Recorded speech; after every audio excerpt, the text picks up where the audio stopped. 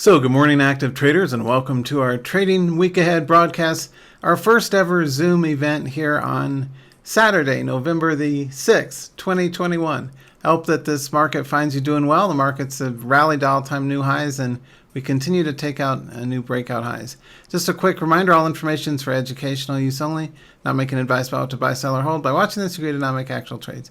If you want to take a look at the live room page, even if you have already trialed the room, because we just moved to Zoom for the live room as well, you can retrial the room if you're not yet a current member. So join all the folks from around the world we've got as live room members.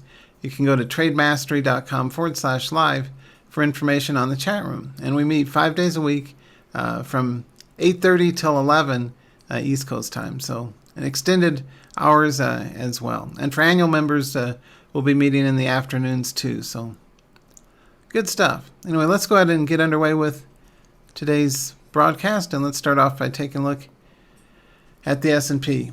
Now, our S&P is taking out all-time new highs. And we saw a new breakout yesterday. Apparently, they did pass the infrastructure spending bill last night, finally. So they're trying to get something done in Washington for a change. And so because of that, strategically, we want to look at infrastructure plays for things like whether it's steel, concrete, lumber, heavy equipment manufacturing like Caterpillar and Deere. Those are all likely on the table for good sustained breakouts because they just approved a big trillion plus infrastructure bill. So they're going to need people for roads and bridges and highways. So anything to do with concrete and steel, the raw materials and the commodity standpoint, lumber, and the equipment behind it, like Caterpillar and Deere, may make for good plays as well. Now, one thing that was interesting, you can see the S&P is currently near 47. Where would we close off at? Just under 4,700. We may only use something like 4720 as R1 as major resistance and 4680 as support. Right around, it's kind of a doji, right? Now, the daily candlestick chart says the market was uncertain yesterday because that's a doji. It's not a reversal signal. It's not a long or short signal. It just means they're not sure what they want to do up here. So because the doji and Western, that's Voice of the East, learn candles from my colleague Steve Nissen at candlecharts.com, the world's top expert in candlesticks. And we're going to be doing an event later this year as well together. Anyway, but the point is we have a doji. So we have an uncertain Friday. We have at an all-time high. The one thing that I want to bring to your attention is that we had a strong VIX the last couple of days, which is very unusual. We're still not over that 18. Remember, we're using 18 to 20 as kind of a bear thesis for the market. So if the VIX spikes over 18 and especially gets over 20, at that time the market will be going down. The fact we have a divergence between how the VIX normally operates. The VIX is normally contrary to the market. When the VIX is up, the market's down. When the market's down, the VIX is up. In this case, the VIX is strongly up for it the last couple of days, and the market's also up. So that divergence tells me I want to be a little cautious. As a trader, that tells me we want to be cautious Monday and Tuesday. The first 2 days of the week, we do day trade all you want, of course, but for swing trading, I'm likely to wait till Wednesday before putting on any swing trading positions because of that VIX SPY divergence. That's a good advanced professional tip. You only hear here, right? So only hear from me. Now, two of my favorite stocks are Ford Motor Company, for whom I used to work as a statistician. Boom, it's an electric vehicle play. Ford Motor Company is up right near the 20.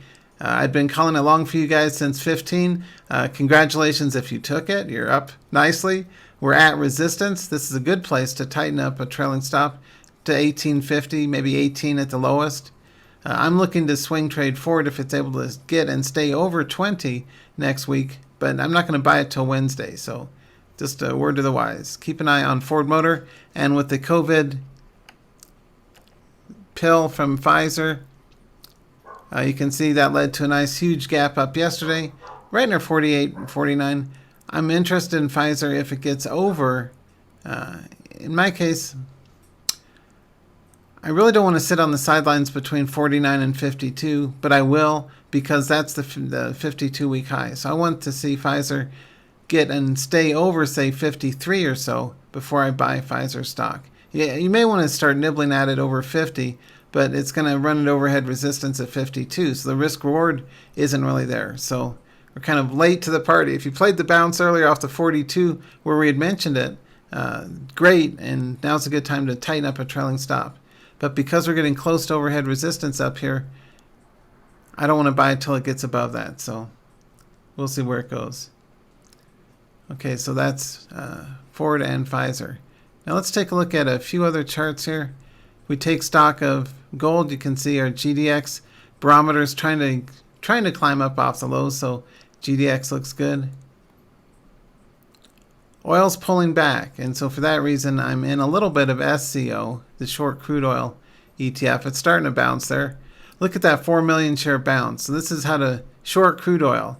Probably not a good idea unless it gets over 15 or so, or that red line, the 50 SMA, but SCO looks good. And also short natural gas. I'm in a little bit of cold. It's still catch a falling knife down here, but it's stabilized. It's not declining. It's whenever you're looking for bottom fishing, what you want to look at is a big drop and then a consolidation, then a small pivot on larger volume. So you can see all that large volume here that occurred kind of week before last.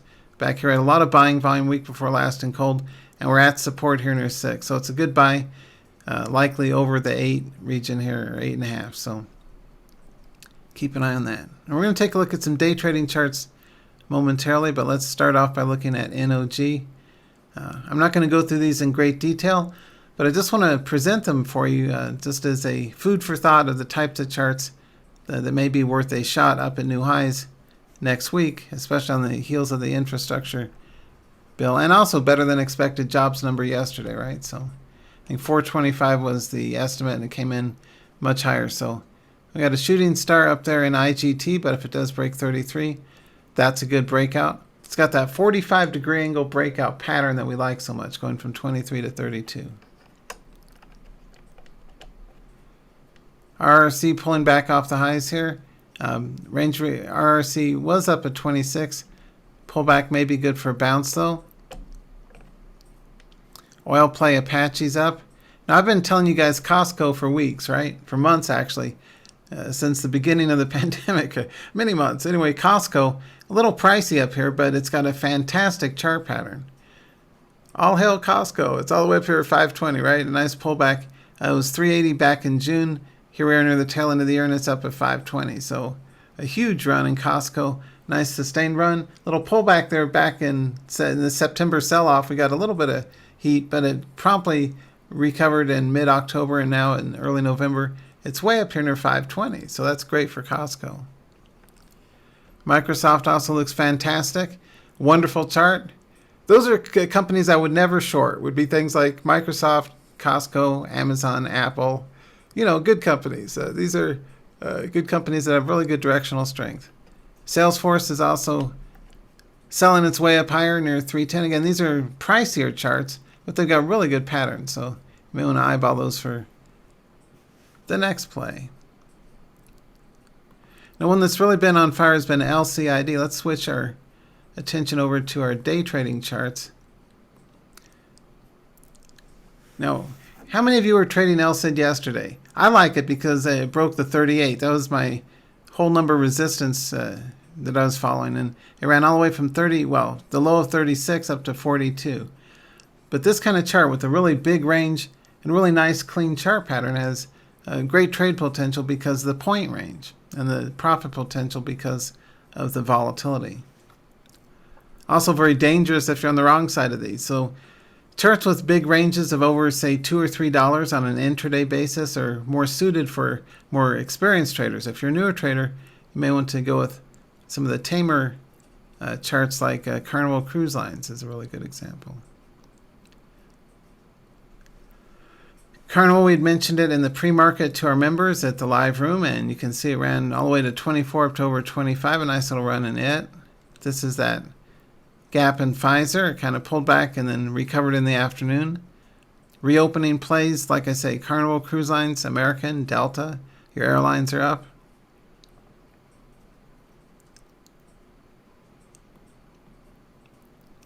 And these pop and drop ones like OTRK. And the one I was trading aggressively, as I always do when it runs, was UVXY, or volatility of the VIX ETN. And you can see it had really good updates both Thursday and Friday. Like I said, this is contrary, kind of divergent to what we expect. When the market's up, usually this is down, but it ran up really nice, and I was selling up near 1580, so I knocked it out of the park. I was trading as many as 1,600 shares. I'd built a position, just 200 shares at a time, scaling in as it kept running on up, and then I tightened up trailing stops and did really well with UVXY yesterday. So sequential day after day 45-degree angle runs is an especially strong chart pattern. Now with the infrastructure bill being passed last night, it'll probably gap back down to 14.5 or lower even on Monday, but we'll see which way it goes. Do keep that one on the radar in case it continues to run. This is one that I cover frequently in the live room because it's a favorite. So and take a look at the SPY. See a question from Dave. How do I find my stocks with the 45-degree angle breakout? Just a lot of scanning. And look at things like the leaderboard scan, the most actives or the percent gainers. And then I visually pull up the charts for our members and go through them until I find just a handful of ones that make the most sense to trade based on the proprietary criteria I look at. Things like how clean, how focused the chart pattern is, what the volume looks like, what's the consistency of a breakout based on the previous day's chart. Is it a pop and drop chop chart we want to stay away from? Or is it one like the UVXY that had a nice sustainable run, hour after hour? So those are the kind of things we look for. Hey, Ben, let's see. Yeah, good point. Office space will be needed for all the tax collectors out there, yes. Welcome to ridiculous left-wing politics. Don't get me started about politics, but it is freaking ridiculous right now. Anyway, now I like Pfizer. Remember, I never buy nines, and that's why I didn't buy Pfizer yesterday. That's one of the rules of thumb that I teach traders, and you may have seen in my stocks and commodities articles that I don't buy anything with a 9 in it because that's what I've trained thousands of people to sell. So tens of thousands of traders have learned from me, and I teach people to sell the 9s. And that was the case with Pfizer yesterday. So we did not buy up there. I think my long trigger was way up at 49.7 or so. But we don't buy the initial breakout near 9 because that's usually where things will stall. Same thing is true within whole numbers. Say if you're buying, let's say you're trading a $10 stock, and you buy it right over $10, like $10.10. You would sell it up at, say, $10.90. You would not buy it, never buy, say, the $10.90. You'd be buying the $10.10, tightening up a trailing stop near the 90-cent mark or the 90 interval. Wow, big turnout. Good to see most of you were able to get here. Anyway, so the rule of 9s is also very good to use in swing trades. So I would not buy this at 9. I would buy it over the 50, but when I look at the longer term chart, resistance is right near 52. So the risk reward isn't there until it breaks over, say, that resistance area up near 53. So I have to patiently wait for this because oftentimes after a big run up, you'll see a little sustained run and then a mean reversion pullback, a pivot off the midpoint, and then that may be a play and then up at new highs. But we don't want to fool around with it when it's chopping around. Now, one thing I like about this Carnival Cruise Lines chart, CCL, the ticker, is it's obviously a reopening play, and you can see it's gone from 23 to 25. Really nice spike up there to just around 25.30 yesterday, and we'll see if it breaks out over 25.5. I expect it will come next week. The industry groups and sectors that are likeliest to benefit from the infrastructure spending bill are obviously going to be things like steel and concrete and copper and heavy equipment manufacturers like Komatsu and Caterpillar and Deere, but also reopening plays like your airlines, your restaurants. We should look at Yum too, right? Anyway, restaurants, airlines, casinos, right? Keep an eye on Wynn and some of the other, and MGM, right? MGM and Wynn. So your casino stocks, anything that deals with reopening. So restaurants, casinos, and transportation, right? So things like your airlines and cruise ships are likely to do well. You can see American Airlines really took off yesterday as well. Took off from the runway. Clear skies ahead. And again, I like this one because the breakout trigger would be right over 22, right? Well, we would not buy the 2190, of course, but if it gets over 2210, 2220, I'm going to look to buy some American Airlines stock because it's got a reasonably not too extended range, right? It's not gone up too far. It's not like it ran from 20 to 26 or something. So it's got a modest range to the upside, and it's a very good attractive chart for a nice breakout for swing and day trading. So we like to cover these kind of charts and more in my live room exclusively at trademastery.com/live. We completely revamped the website. It's much easier to use and faster and much more professional, clean layout. Anyway, if you want to try the live room, we meet 5 days a week from 8:30 in the morning till 11 o'clock in the morning. And for annual members, we'll be meeting in the afternoons as well, at least 3:30 to 4. So lots of coverage in my Trading Open live room. Tens of thousands of traders trained since I started it back in 2000. I think it was fall of 2000. So 20 years I've been running the live room.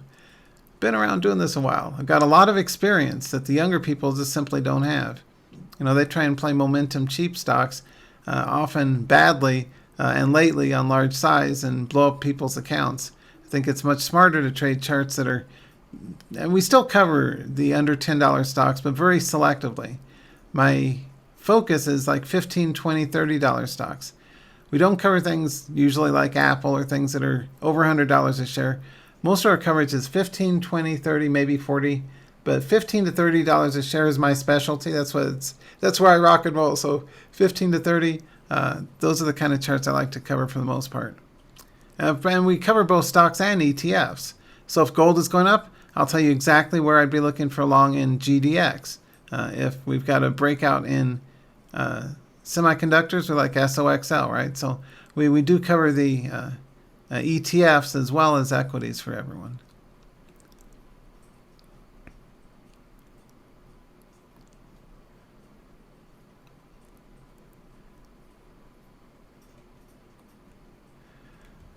And of course, whatever the high flyers are. So we start coverage. The reason I log into the room each morning at 8:30, which is really early, it's an hour before the bell, is because that's how professional trades, right? Professionals don't just jump into the market at 9:30 or quarter past and hit and run and that kind of thing because you blow up your account. What you want to do is look at the history, look at in real time, over half an hour or so. You can jump in anytime between 8:30 and 9:30 in the live room.